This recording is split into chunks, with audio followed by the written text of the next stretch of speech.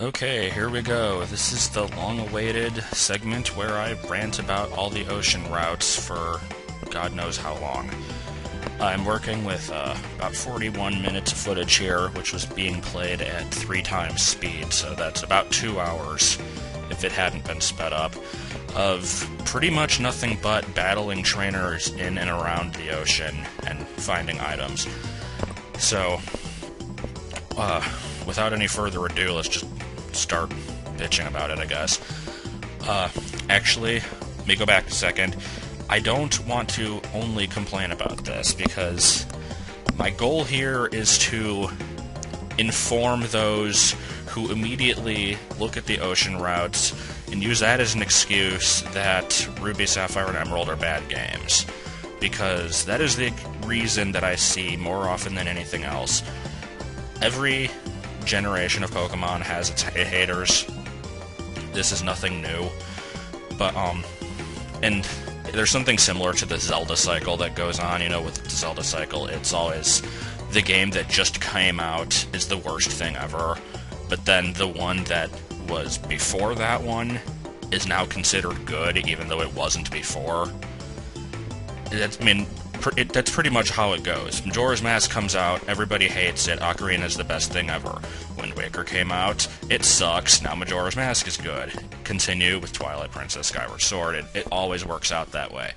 Pokemon games kind of operate on the same system. So, currently, the Hoenn games are considered good by a lot of people, because now that's the hipster thing to do.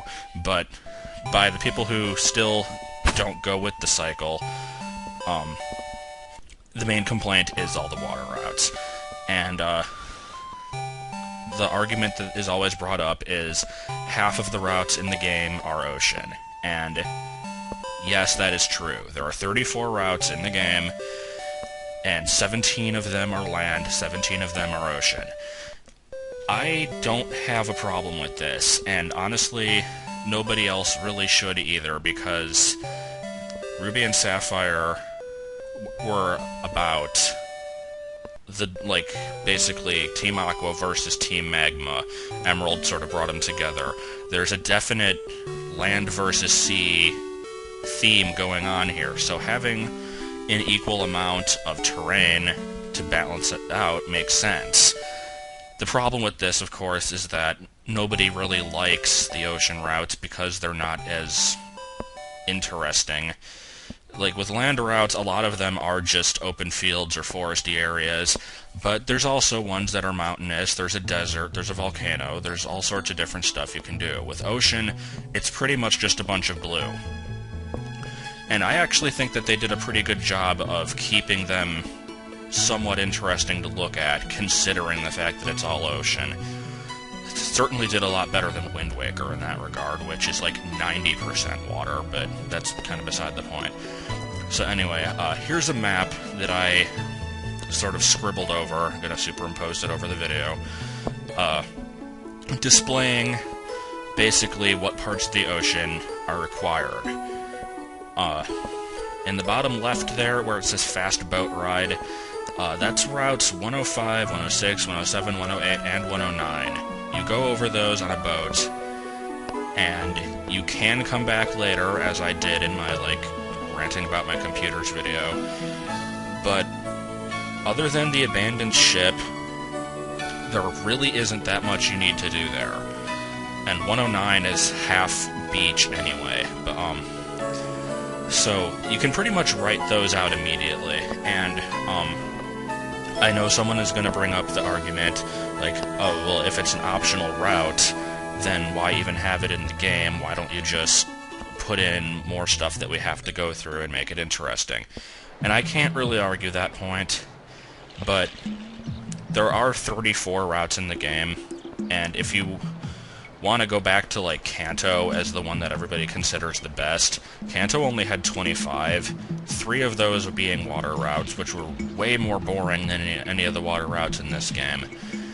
And a lot of the other ones in that game were really short, basically the ones surrounding Saffron City. I think one of those had some decent length to it. The one between Saffron and Celadon was, seriously one screen. So that barely even qualifies as a route, but it's the oldest game, so I can't really use it as a fair comparison, but there you go. If you want to have... I mean, there were also optional routes in those games, too. Either the bike path or the long, like, bridge going between Lavender and Fuchsia. You didn't have to go on both of those. So, anyway, optional routes, I think, are okay because they invite exploration. And even though all the optional routes in this game are ocean-based, they do a fairly good job of keeping things interesting. So anyway, moving on. 122 is the one with Mount Pyre on it. There's no trainers there. It's like a 10-second ride from one side to the other. Nothing really to complain about there. 125 is the one that says optional area in the upper right corner. That's between Moss Deep and Shoal Cave.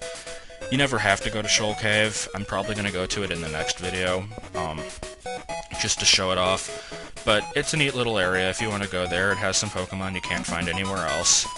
So, I have no problem with that. Then, 124, 126, 27, 28 is the big section, like, circled in orange that says required surfing area. This is basically the main area where you're going to have to do all the surfing. 124 is from Lily Cove to Moss Deep. You can get through it really quickly. I did a couple videos ago. It has a lot of dive spots also if you want to look for treasure. I kind of like that. I like the diving. I think it's a cool mechanic. 126 is the one circling Sutopolis City. Again, you can avoid most of it if you just want to dive down and look for the entrance. There's not really much you have to do above sea level there. 127 and 128 have, like, the big trench, and these do have a lot of trainers in it, but there's also lots of little islands. You can find some non-water trainers, surprisingly. I'll get to that later. There's some treasure underwater, and there's the entrance to the... whatever the hell that underwater chasm place is called, where I'm gonna go in a couple videos, probably. That's pretty much it. Then, at the bottom, that big, long stretch that says optional area. For Emerald, that's actually not true, because you do have to go to the Sky Pillar. Ruby and Sapphire, you don't have to go there, but... yeah, that big stretch is 129 through 134. That's 6 routes, with Pacific Log Town in the middle. That doesn't look like 6 routes to me. It looks like 1, maybe 2 really long ones. If you want to compare 129, 130, and 131 to the big route with Feebas on it and all the tall grass and stuff, still don't remember the number of that one. It's about the same size. And it's certainly a lot faster to traverse. You just surf straight left, and there you go. So, really, that's only 1, but they split it into 3. And then, 132, 33, and 34 are the ones with all the currents. The current area is pretty interesting, but I'll talk about that at the end of the video once I'm actually in that part of it. So, anyway, we've got all this. I think they did a pretty good job of keeping it interesting and having stuff to explore. Main problem, though, is Pokemon diversity. While you are surfing on any of these 17 routes, there are exactly 3 Pokemon you will find. Tentacool, Wingull, and Pelipper. There is one exception to this. On Route 129, there is a 1% chance of finding Wailord. That is it. That is the only difference between any of them. And I cannot even begin to imagine why this is the case. There are so many other Pokemon they could put in this water. Going off of water types in the Hoenn Dex alone, they could put in Gyarados, Wailmer, Sharpedo, Horsea and Seadra, Tentacruel. I don't know why they didn't put that one in. I could keep going. Probably Staryu you could find. I mean, I'm not asking for a huge amount of diversity, but you could mix it up a little bit once in a while. There's no reason for it to be the same 3 Pokemon every single time. So after you've surfed for 2 minutes and you've found all that there is to find, you're just going to put up a repel. And this is basically the part of the game, the part in the series, rather, where you're going to be using repels like crazy. If you don't, then you're just going to have to keep running into Wingull after Tentacool after Wingull, and you're going to get pissed off, but yeah, put in some frickin' diversity there. That's all I can say about that. If they ever do make remakes of Ruby and Sapphire, that's the first thing they should do, is put in some wild Pokemon diversity in the water. I'm not going to talk about fishing, because you have to go out of your way to look for stuff by fishing. It's usually the same stuff anyway. There's a few places where you can find Love Disc and Corsola and stuff like that, but it's usually the same crap. Anyway, then as for the trainers, you've been watching me fight these trainers for, how long has it been? 11 minutes now. I actually did my research on this one. I don't want to make a blanket statement saying, oh my god, everybody just uses the same water types. I wanted to make sure that I knew what I was talking about, so I counted up the trainers and the Pokemon that they use on all 17 water routes, and I marked them down in a notepad file. And these are my findings. There are 187 Pokemon used total. If you don't count rematches at all, so just the first battles, 187. 54 of those are not water types. That's 29% of the total. If you want to go by trainers, it's 113 trainers. 36 of them use non-water types, 32%. That's actually a lot higher than I thought it was going to be, but that is still abysmally low. And if you want to find out something horrible, this is for Emerald. Ruby and Sapphire actually were a lot worse. The Emerald added a lot of trainers that are standing on islands that use non-water types. So yeah, Ruby and Sapphire, even more water. Or actually probably the same amount of water, but with less diversity mixed in. So yeah, there's Bird Keepers, there's a whole bunch of different trainers, mostly on the stretch after Pacific Log Town, but there's a few others strewn about here and there. So I'm glad they put in a little bit of diversity, but my god, man, put in some more.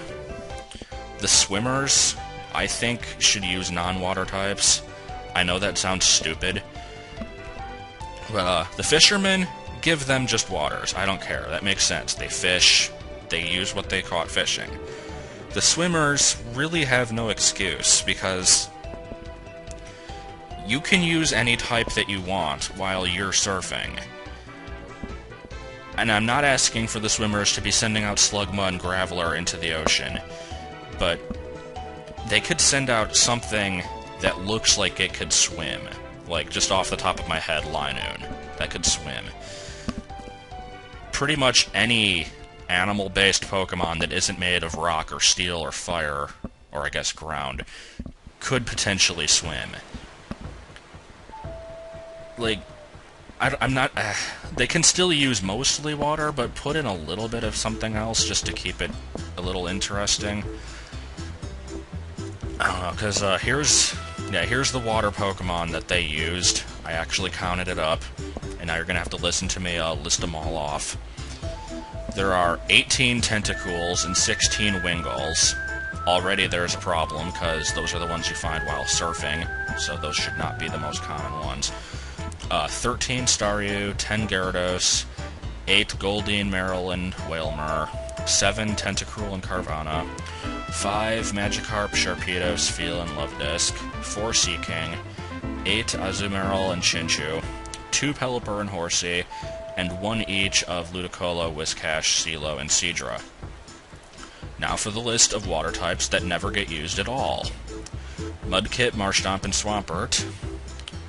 If somebody's going to bring up the card like, oh, you can't use You can't have trainers use starters. Bullshit. Trainers use starters in other games. They should be able to have these. Lotad and Lombre, Surskit, Wailord, Barboach, Corfish Crawdaunt, Feebass Milotic, Starmie, Psyduck, Golduck, Walrein, Clamperl, Huntail, and Gorbis. And I'm gonna bitch about Huntail and Gorbis in another video. Look out for that one. Relicanth, Corsola, Lantern, and Kingdra. And Kyogre, but that one doesn't count. That is, if not, I think it's either half or very slightly more than half of all the water types in the Hoenn Dex that do not get used by any trainers in any of the ocean routes. What the hell? If they can use Goldines and stuff like that, which are things that won't even be able to survive in salt water most likely, then they can use some of that stuff. Like, I know Pokemon isn't too picky about freshwater versus saltwater, but it's pretty good about it with the wild encounters. And yeah, like I said, you can send out a Slugma into the water and it won't die, but whatever, I'm just saying. If they can use Goldines, they should be able to use stuff that can swim, or at the very least, better water types that haven't been used 4,000 times already. So, yeah, if they do make remakes, change up the teams, for the love of God. Emerald was a step in the right direction, it added in some diversity, but not enough. If you're making a hack, this is definitely something to change. I know that Project Airlock is going to be changing this pretty well. So, overall, my opinion, I don't mind the water. I really, really don't. But the trainers definitely need to have better stuff, and there needs to be better wild Pokemon. Those are my complaints. And, I think that's pretty much all I wanted to talk about, but now that I'm on the, fast current routes, when I said it took me 40 minutes to do all of this, that was actually because I had planned out pretty much everywhere I was going to go. There was a part where I was stumbling around looking for hidden items, but that's because the online map I was using, had single pixel marks for hidden items, as well as secret base locations and diving spots. So, I wasn't sure if there were hidden items floating in the ocean. There's not, but yeah, that's why I was doing that. But then I had to make a map of these 3 routes, basically mapping out the path that I'll take to get through this that I can use to fight all the trainers and find all the items. Gonna put this over the video also, and I guess I'll include it in a link. But, yeah, I couldn't... There's no way to get everything in fewer than 5 trips that I have found. 5 is the minimum. 6, actually, once you come back for certain secret things later on, which I'm sure almost everybody knows about, but I'm still gonna not say what it is. If you ever go through this game again, feel free to use this map, because this is probably the most efficient way to get through it. I like the current routes. I think they're kind of cool. There's been routes in the other games where you can only go on one path, and then you have to go back to the beginning and try again. There's been a couple of those in this game, actually, but I don't know. I think it's a neat mechanic. Possibly went on a little bit too long, but I'm fine with it. I think that's about it. I have said pretty much everything that I possibly could. If you ever see somebody complaining about the Hoenn games and how the fact that there's too much water makes them unplayable, point them to this video. Because, yeah, I agree in a few aspects, but Hoenn is still my favorite region. I think that the land routes more than make up for the ocean ones, because they're probably the best designed in the whole series. They have the best terrain, and there's a lot of diversity. I just like the tropical feel of it. So, yeah, ocean routes, not that bad. Pokemon you fight there, pretty bad. That's my overall conclusion here. So yeah, next time, various crap. Yeah.